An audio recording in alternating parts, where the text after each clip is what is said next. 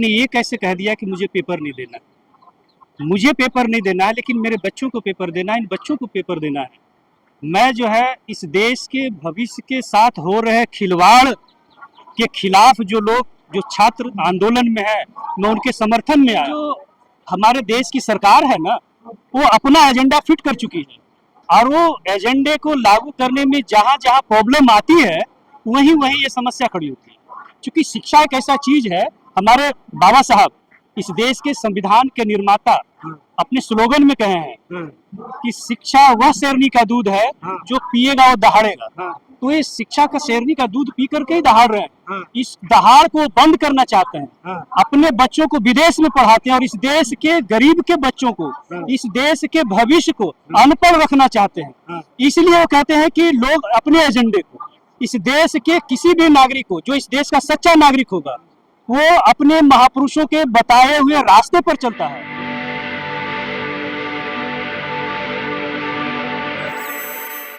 जय भीम, मैं मेवालाल। आज मैं जंतर मंतर पाया और 16 दिन हो गए प्रदर्शन खचाखच, अभी बारिश भी हो रहा है, यहाँ पर भरा हुआ है। आज पटना से हमारे सर हैं, सोशल एक्टिविस्ट हैं, इनसे समझूंगा कि आप तो आपको पेपर तो देना नहीं है, आप क्यों यहाँ पर आए हैं, आपसे जानना चाह रहा हूँ सर। सर, मेरा नाम प्रदीप कुमार पासवान हुआ और मैं बिहार के बाढ़ पटना से आया हूँ और मैं इन छात्रों के समर्थन में आया हूँ, इनके मांग के समर्थन में आया हूँ। ये कैसे कह दिया कि मुझे पेपर नहीं देना? मुझे पेपर नहीं देना है, लेकिन मेरे बच्चों को पेपर देना है, इन बच्चों को पेपर देना है। मैं जो है इस देश के भविष्य के साथ हो रहे खिलवाड़ के खिलाफ जो छात्र आंदोलन में है, मैं उनके समर्थन में आया हूँ। तो ये बात मत कहिए कि मुझे पेपर नहीं। आपको आरोप लगाया जाए कि जो स्टूडेंट है इनके आड़ में एजेंडाधारी लोग आते हैं, अपना एजेंडा फिट करते हैं।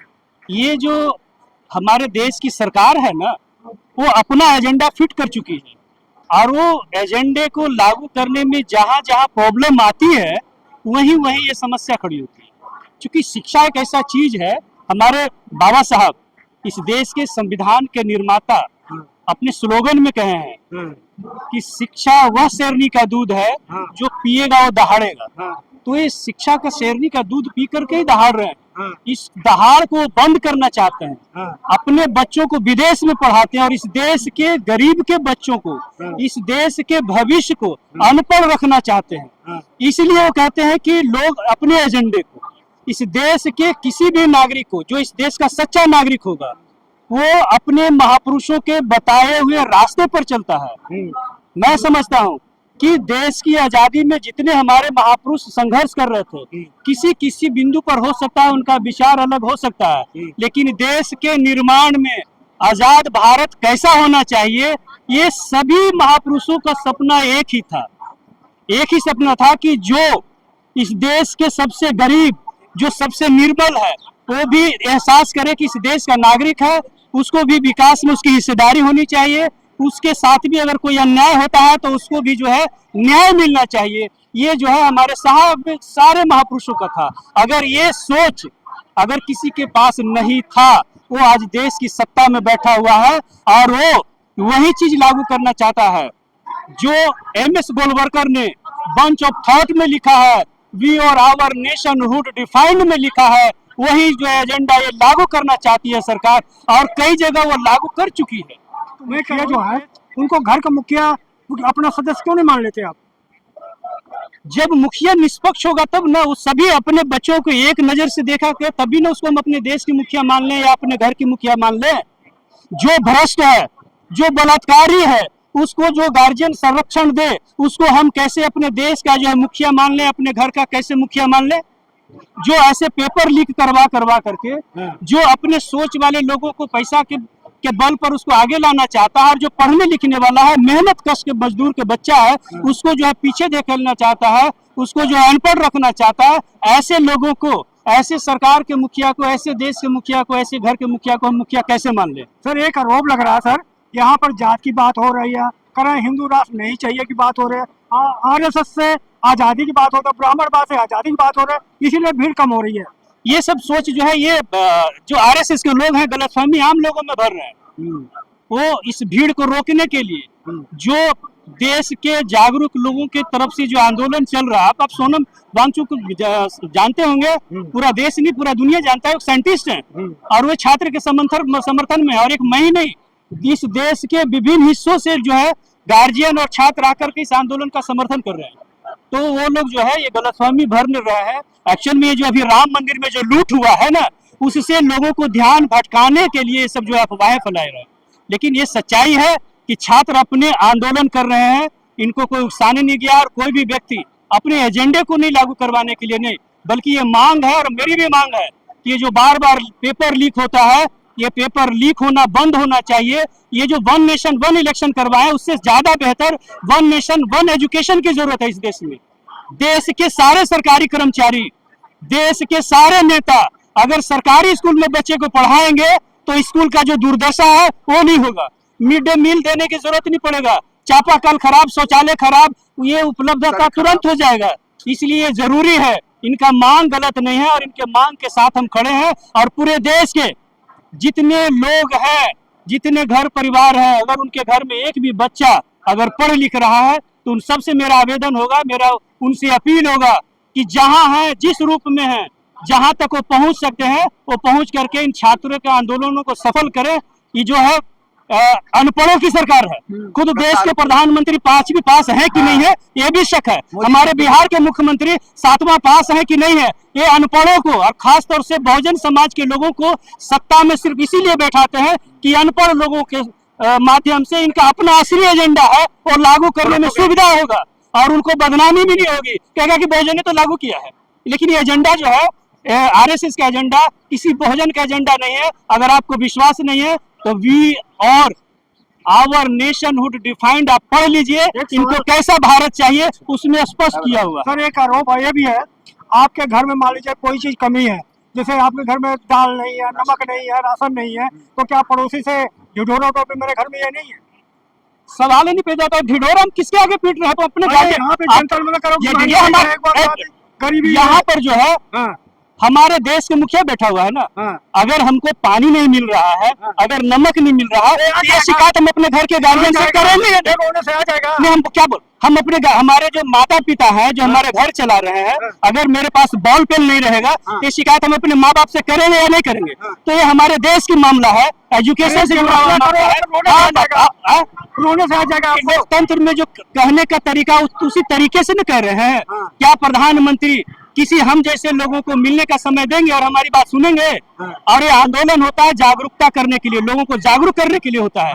देश के आम नागरिक को जागरूक करने के लिए आंदोलन के माध्यम से उनको मैसेज मिल रहा है, उनको मैसेज दे रहे हैं कि इस देश के आम नागरिक को वन नेशन वन एजुकेशन की जरूरत है।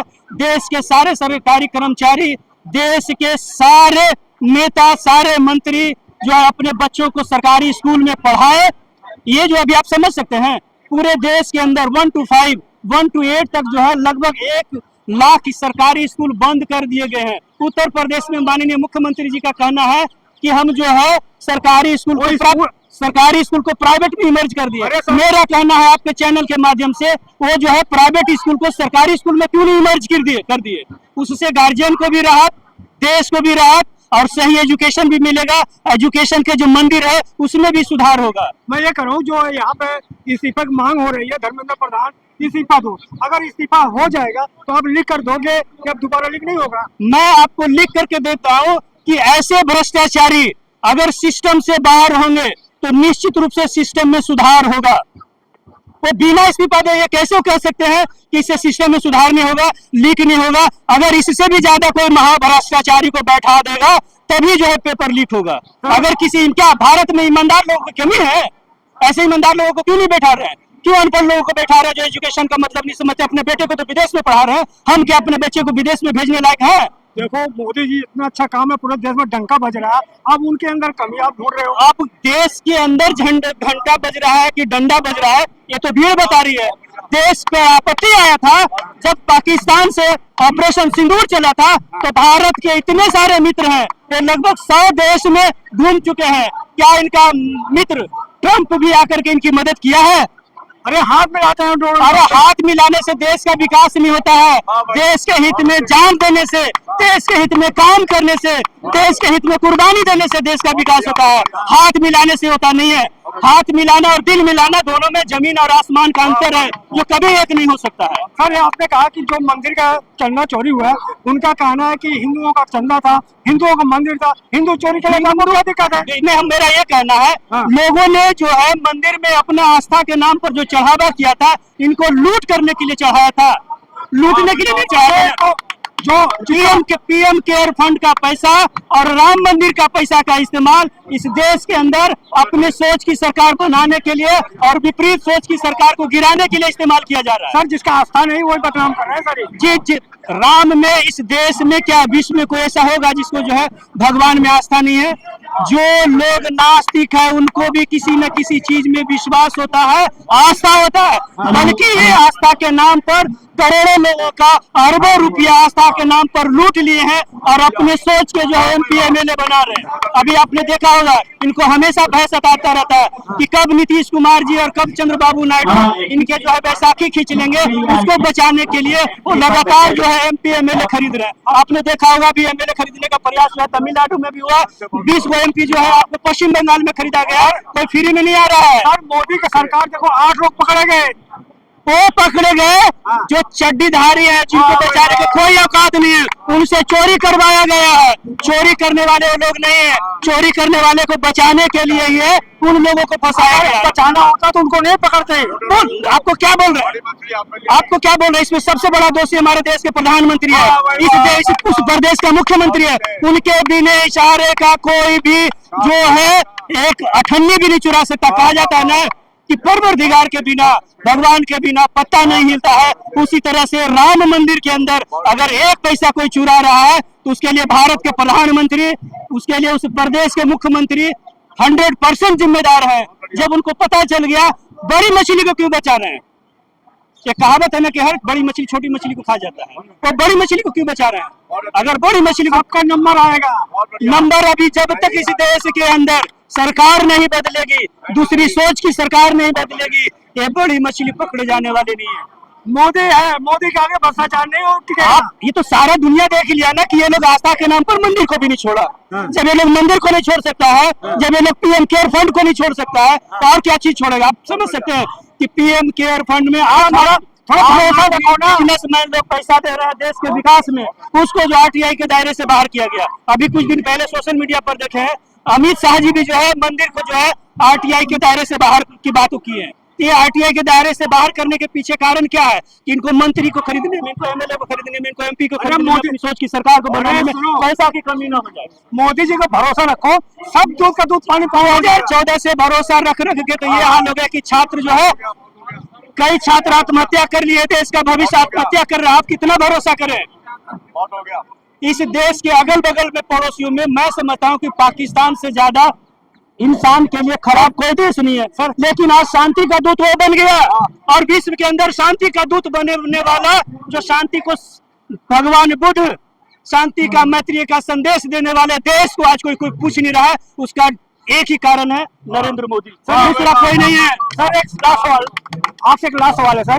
अभी तो अयोध्या में पता लग गया है कि जो चंदा आता है उसका चोरी हो रहा है। क्या काशी मथुरा में भी ऐसा होता होगा कि नहीं होगा? बिल्कुल, इस देश के अंदर जितनी नियम वाला मंदिर है, सब में यही हो रहा है। आखिर आरएसएस इतना बड़ा एजेंडा इस देश में कैसे चला रहा है? बिना पैसा के नहीं चल सकता। ये सारे मंदिर, जो बड़े बड़े मंदिर है, सबका पैसा जो है ये बीजेपी आरएसएस के लोग राजनीति करने में अपने एजेंडे के अनुसार काम कर रहे हैं, और सारे चोरी के पैसा। भगवान के घर में देर है, अंधेर नहीं है। ये कहने की बात है। अगर भगवान होता, बुरा नहीं मानिएगा, मैं थोड़ा सा अलग से हट के बात कर रहा हूँ, तो क्या है अपने मंदिर से पैसा चुराने दे देते हैं? ये लोग सही बात जानता है कि भगवान कोई है ही नहीं है, कि भगवान के नाम पर लेकर के भगवान को डरा करके उनके आस्था पर लोगों को जो है लूट खसोट कर रहे हैं। मैं कह रहा हूँ अगर सीसीटीवी कैमरा नहीं होता तो क्या भगवान पकड़ते हैं? जो बिल्कुल नहीं। और सीसीटीवी कैमरा तो जो है सो बंद करके चोरी करने जाता था। आप अभी देखे नहीं, पिछले साल नवंबर दिसंबर अक्टूबर नवंबर में बिहार में चुनाव हो रहा था। जब तक चुनाव हुआ, अमित साहब जो है बिहार नहीं छोड़े, और हर होटल में वो हर आईएएस अधिकारी को बुला करके मीटिंग करते थे और होटल का सारे सीसीटीवी कैमरा बंद कर देते थे। ठीक है, थैंक यू।